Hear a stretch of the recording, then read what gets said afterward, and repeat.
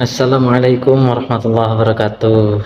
Semoga keselamatan, rahmat Allah selalu meliputi kita semua teman-teman, dan semoga keberkahan selalu menyertai kita ya. Dalam artian segala tindakan kita akan semakin mendekatkan kita kepada ketakwaan kepada Allah Subhanahu wa taala. Teman-teman, awali segala sesuatu dengan yang baik. Maka dari itu saya akan mengingatkan teman-teman, karena saya baru selesai melaksanakan sholat duhur.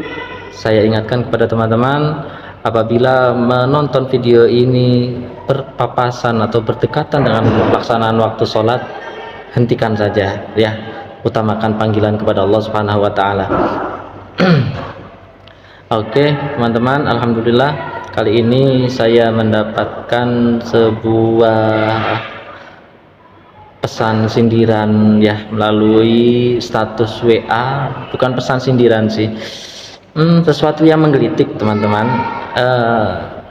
Intinya adalah sebuah pesan baik, sebenarnya bisa disampaikan kepada siapapun ya, termasuk kepada diri saya sendiri ya, termasuk kepada diri saya sendiri tentunya. Oke, pesan apa sih yang dimaksud? Mari kita lihat ya teman-teman ya. Ya, di situ tertulis judul apotik Islami ya, daftar obatnya gratis. Nah, ini mohon maaf saya tulis di sini ya biar saya agak mudah. Ya, di situ tertulis kalau sering sakit ya obatnya apa, di situ puasa. Saya merasa tersindir di sini teman-teman ya, bahwa ternyata ada acuan, ada himbauan, ada contoh langsung, mungkin anjuran ya dari para ulama, dari nabi kita ya, langkah-langkah dalam menyikapi kondisi-kondisi yang bisa dibilang menyerupai orang sakit ya. Ternyata salah satunya dengan jalan puasa ya. Ya, dimana di situ tertulis sering sakit itu puasa. Apakah teman-teman biasa melaksanakan itu? Jujur saya belum ya, saya jujur saja. Tapi ini kan dalam rangka dakwah, jadi saya sampaikan. Memang pesannya sangat menggelitik teman-teman ya. Nah, selanjutnya di situ wajah gelap. Kalau ada yang merasa wajahnya gelap, dihimbau untuk sering-sering melaksanakan sholat tahajud. Bagaimana ya? Secara logika sih kita bisa lah menerima bahwa Allah itu akan memberikan tanda kepada orang lain di sekitar kita ya, siapa-siapa yang lebih dekat kepada Allah. Ketika wajah sering tersapu air wudhu ya, ketika mungkin banyak orang malam hari, tengah malam itu wajah sudah penuh minyak ya, ketika orang yang biasa melaksanakan sholat tahajud, dia berarti minimal di tengah malam dia melaksanakan penyapuan wajah ya dengan air wudhunya. Ini air wudhu kan dalam Islam dikenal dengan air yang penuh berkah ya, pasti ya bisa dinalar benar ya. Kita lihat lagi yuk untuk yang selanjutnya, hati sempit baca Al-Quran.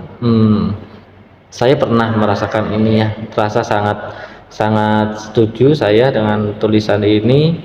Ketika saya sering merasa tidak ada orang lagi yang saya nilai mampu untuk menampung masalah saya sering untuk melaksanakan pembacaan ayat suci Al-Quran, karena saya merasa saya sedang bercerita, saya sedang berkeluh kesah ketika saya sedang mengalami masalah ya. Ketika saya sedang membaca Al-Quran, saya merasa ditemani, merasa dibimbing bagaimana nantinya langkah saya selanjutnya untuk menyikapi masalah tersebut. Mudah-mudahan teman-teman juga merasakan hal yang sama ya teman-teman. Nah, poin berikutnya susah bahagia. Di situ tertulis sholat tepat waktu. Saya juga merasakan hal yang sama, benar-benar ya, karena memang apalagi kalau disambung dengan zikir ya, saya sangkutkan dengan zikir karena setiap habis sholat itu minimal zikir itu kan terucap Allahumma antas salam, ya kan, wa minkas salam wa ilaika ya'udus salam fahayyina rabbana bis salam, dan seterusnya, dimana salam ini kan kesejahteraan ya. Fahayyina rabbana bis salam, yakini ucapanmu itu ya, maknai dengan seksama. Jadi setiap doa yang terucap dalam zikirmu itu, zikir kita semua hendaknya kita perdalam, kita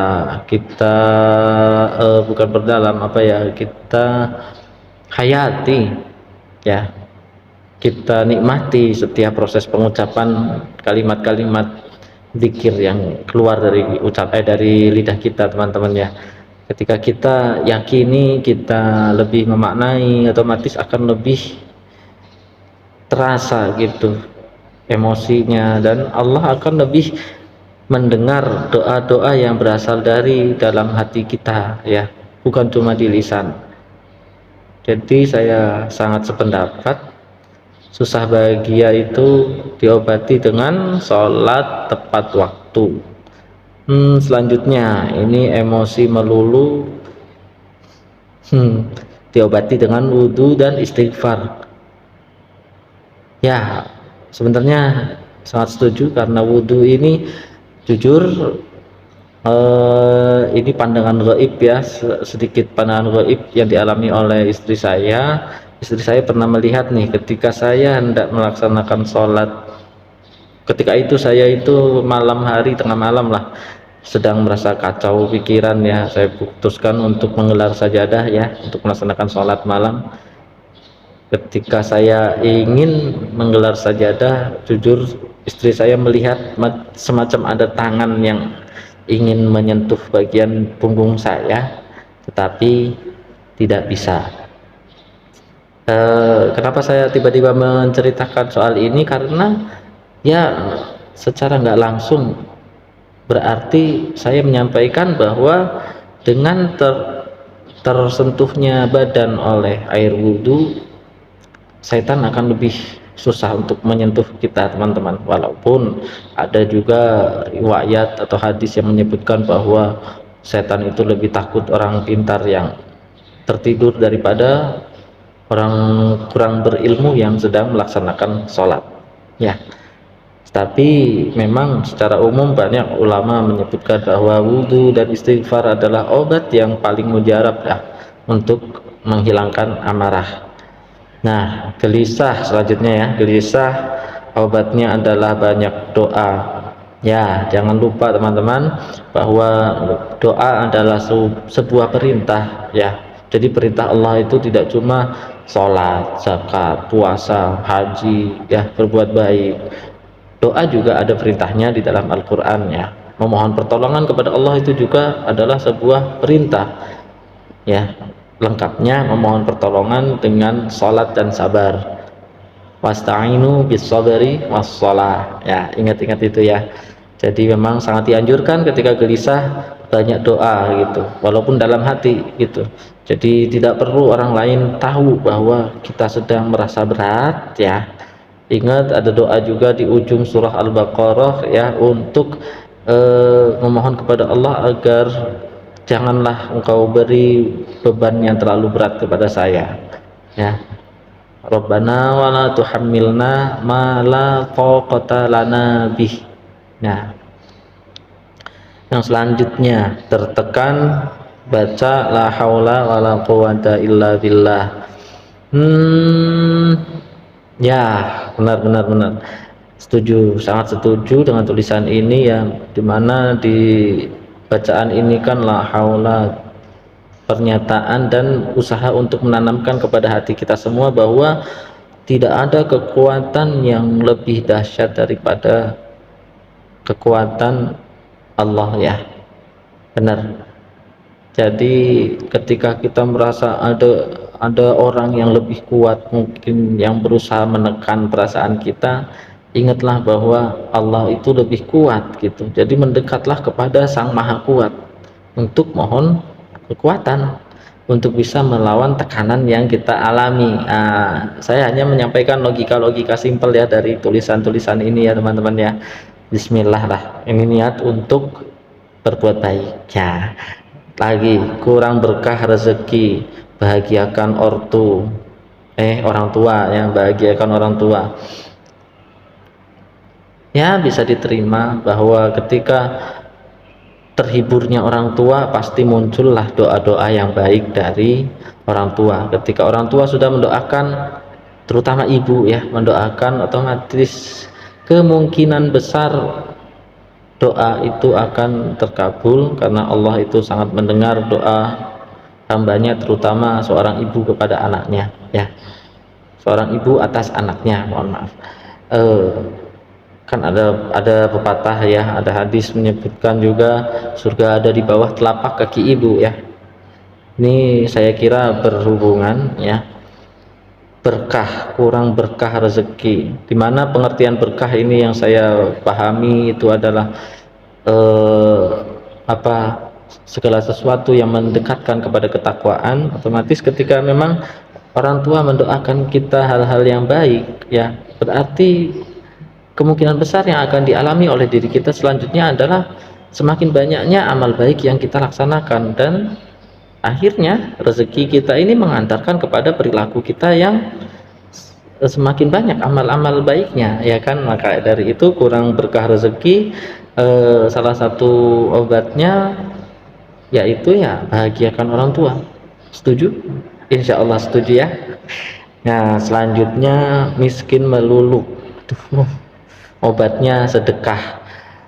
Bismillah, coba saya pahami ya. Bisa dengan bersedekah otomatis kita akan merasakan pengalaman seakan-akan menjadi orang kaya, minimal itu ya, dimana orang kaya lebih sering mengayunkan tangan untuk memberi. Benar tidak? Jadi Allah memberikan kesempatan kepada kita untuk merasakan apa yang dialami oleh orang-orang kaya. Benar? Minimal itu, minimal ya. Tetapi memang di sisi lain Allah juga menjanjikan puluhan kali lipat ganjaran ya, atau balasan kepada orang yang mau bersedekah. Benar tidak? Jadi tidak hanya memikirkan tidak hanya mengarahkan ke arah pahala atau ganjaran. Saya coba untuk memberikan pandangan saya dari sisi yang lain gitu, bahwa memang ketika bersedekah otomatis kita mengeluarkan, memberikan apa yang kita punya kepada orang lain. Nah itu adalah hal yang sangat mudah bagi orang yang Allah sementara ini gariskan untuk memiliki harta ya. Jadi kita diberikan kesempatan oleh Allah untuk merasakan apa yang mereka biasa lakukan, begitu indahnya gitu. Jadi sebenarnya sedekah itu adalah sesuatu yang harus kita syukuri ketika kita bisa melaksanakannya. Nah ini kalimat yang menggelitik sampai akhirnya saya membuat video ini ya. Bingung berbuat baik, bagikan ini kepada sahabat. Bismillah, mudah-mudahan Allah catat apa yang saya lakukan sebagai usaha untuk membagikan pesan ini kepada sahabat-sahabat saya, sahabat-sahabat di YouTube, atau sahabat-sahabat di seluruh Indonesia, atau sahabat-sahabat lain, termasuk insya Allah sahabat-sahabat di kanan dan kiri saya ya, malaikat yang senantiasa mencatat amal baik saya, amal buruk saya. Mudah-mudahan video ini bermanfaat. Tidak lupa saya tutup dengan kalimat Assalamualaikum warahmatullahi wabarakatuh. Semoga keselamatan dan rahmat Allah senantiasa meliputi kita semua, serta keberkahan selalu kita dapatkan ya atas tindakan-tindakan yang kita lakukan, sehingga kita semakin bertakwa kepada Allah Subhanahu wa taala. Amin.